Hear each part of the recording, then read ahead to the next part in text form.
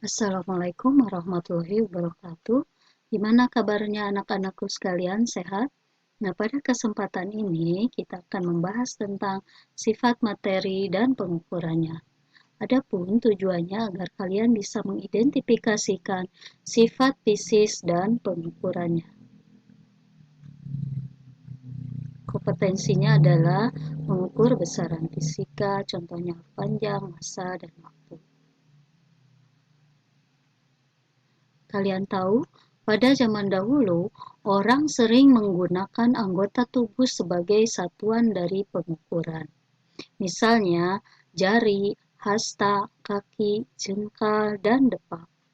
Hal ini akan menyulitkan karena tidak adanya kesamaan atau keberagaman nilai. Kalian tahu apa yang dimaksud dengan besaran? Besaran adalah sesuatu yang dapat diukur dan dinyatakan dalam nilai satuan tertentu. Nah, coba kalian deskripsikan gambar berikut. Ini adalah sebuah gajah.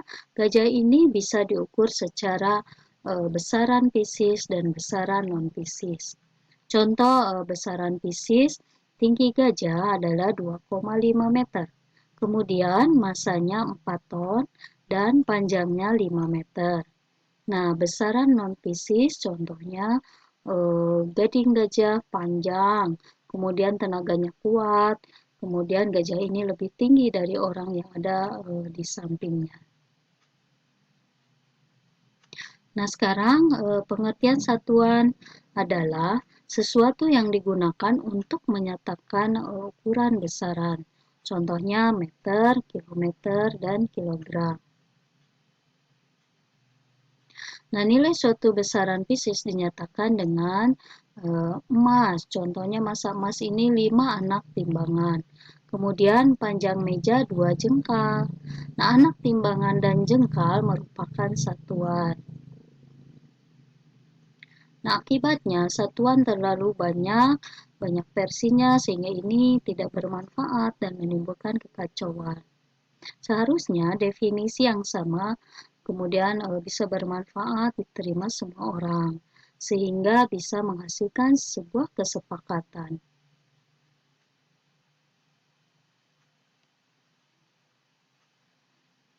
Nah, hanya besaran dasar yang perlu dibuat dan ditetapkan sebagai standar dan satuan yaitu oleh BIPM di Prancis. Besaran waktu adalah selang antara dua kejadian atau dua peristiwa. Nah, alat ukur waktu pada zaman dahulu contohnya dengan menggunakan jam matahari, kemudian ada jam pasir. Nah, jam atomik ditetapkan 1 detik yaitu waktu yang diperlukan untuk mencapai sekian kali periode osilasi atom cesium. Nah, 1 meter didefinisikan dengan jarak antara dua garis pada batang yang terbuat dari campuran platinum iridium yang disimpan pada kondisi tertentu di BIPM. Kemudian 1 kilogram didefinisikan dengan massa suatu silinder yang terbuat dari campuran platinum iridium yang disimpan di kantor BIPM Prancis. Nah, alat ukur massa contohnya adalah neraca balance, neraca Hauss, kemudian neraca digital. Alat ini mempunyai ketelitian yang sangat tinggi. Nah, sistem satuan yang digunakan ilmuwan secara keseluruhan di dunia disebut the metric system. Nah, ditetapkan 7 besaran dasar atau besaran pokok secara sistem internasional. Nah, besaran pokok diantaranya adalah massa. Massa satuannya adalah kilogram. Kemudian dimensinya adalah M, ini singkatan dari mass. Kemudian yang kedua adalah panjang, satuannya meter. Dimensinya adalah L, ini singkatan dari length atau long. Kemudian waktu satuannya adalah detik. dimensinya T, singkatan dari time. Kemudian arus listrik, satuannya ampere, temperatur, Kelvin, jumlah zat mol, dan intensitas cahaya. Nah, jadi besaran pokok itu ada 7 macam ya. Nah, selain 7 besaran pokok itu ada yang disebut dengan besaran turunan. Contohnya adalah kecepatan, simbolnya adalah V, singkatan dari velocity. Ini satuannya adalah meter per sekon. Kemudian percepatan acceleration, satuannya adalah meter per sekon kuadrat. Dan gaya force, satuannya adalah newton. Kemudian ada usaha, energi, kalor, daya, dan tekanan. Nah, sekarang kita beralih kepada pengukuran. Pengukuran yaitu membandingkan suatu besaran dengan besaran yang lainnya. Contoh alat ukur panjang adalah penggaris, kemudian ada micrometer screw, dan jangka sorong. Sekarang alat ukur massa apa saja? Ada neraca balance, neraca Ohaus, kemudian neraca digital, dan timbangan badan ya. Alat ukur waktu contohnya adalah jam dinding, stopwatch.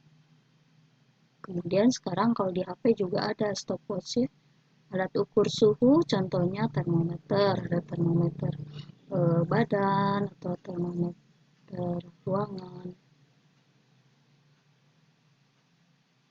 Nah, konversi satuan sangat dibutuhkan. Contohnya kalau di kita panjang itu menggunakan kilometer, kalau di luar negeri dengan satuan mil. Nah, bagaimana cara mengukur jangka sorong? Kita perhatikan video berikut. Ini ya, jangka sorong tadi untuk menggunakan kita gunakan untuk mengukur diameter benda. Nah, cara mengukur diameter, lebar, atau ketebalan, atau ketinggian, kita pakai jangka sorong. Nah, putar kunci ke kiri, kemudian buka rahang, masukkan benda ke rahang bawah. Nah, geser rahang agar rahang tetap tepat ya. Putar kunci ke kanan. Sekali lagi, putarlah pengunci ke kiri, kemudian buka rahang bawah. Masukkan benda ke rahang bawah yang akan diukur, geser rahangnya, kemudian kunci lagi. Itu untuk mengukur diameter luar. Nah, kemudian untuk mengukur diameter dalam, caranya adalah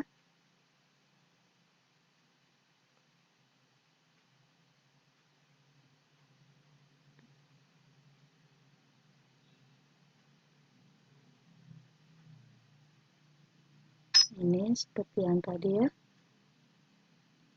Kemudian digeser lagi rahangnya, nanti dibaca ukurannya berapa. Nah, cara untuk mengukur diameter dalam sebuah benda. Putar kunci ke kiri, masukkan rahang atas benda yang akan diukur, kemudian digeser, putar kunci ke kanan, kemudian dibaca berapa skalanya ya. Ini cara mengukur benda diameter dalam. Nah, sekarang cara untuk mengukur kedalaman suatu benda. Ini caranya adalah seperti berikut. Nah, putarlah pengunci ke kiri, kemudian buka rahang jangka sorong hingga ujung lancip menyentuh dasar tabung, kemudian putar pengunci ke kanan. Ya.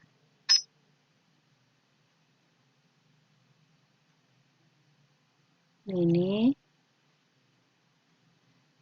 Nah, skala yang besar ini disebut skala utama. Satuannya adalah sentimeter. Kemudian skala yang kecil atas bawah itu disebut skala nonius. Satuannya adalah milimeter. Ini. Contoh cara membacanya. Jika skala menunjukkan seperti ini, kita lihat skala garis sebelum 0, dia menunjukkan angka berapa. Di sini menunjukkan angka 4. 4, berapa? 1, 2, 3, 4, 5, 6, 7. 4,7 plus, lihat garis atas bawah yang lurus atau sejajar. Nah, ternyata ini ada di angka 4. Kita jumlahkan dengan 0,4 mm sehingga hasil yang kita peroleh adalah 4,74 cm. Dan demikian cara pembacaan skala pada jangka sorong.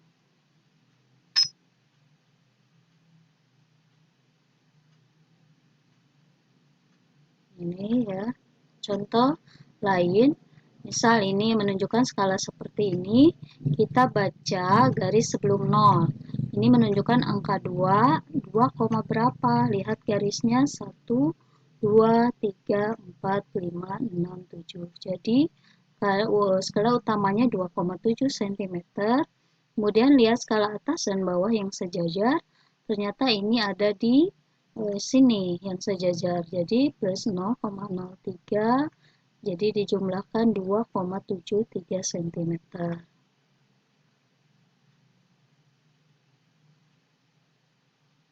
Kemudian, bagaimana cara membaca skala pada micrometer screw? Nah, micrometer screw ini digunakan untuk mengukur ketebalan benda-benda yang sangat tipis. Contohnya uang logam atau kertas logam ya. Nah, contoh pembacaan skala pada micrometer screw. Ini lihat garis sebelum standar ini. Kita hitung 1, 2, 3, 4. Nah, ini 4 mm. Koma berapa? Lihat garis yang lurusnya. Ternyata ada di skala 5. Jadi tinggal dijumlahkan ya. 0,05. Hasilnya 4,05 mm. Nah, baiklah anak-anakku, sampai di sini ada pertanyaan? Nah, kalau tidak, kalian kerjakan LKPD yang sudah Ibu share. Selamat berjumpa lagi di pertemuan yang akan datang. Terima kasih atas perhatiannya. Assalamualaikum warahmatullahi wabarakatuh.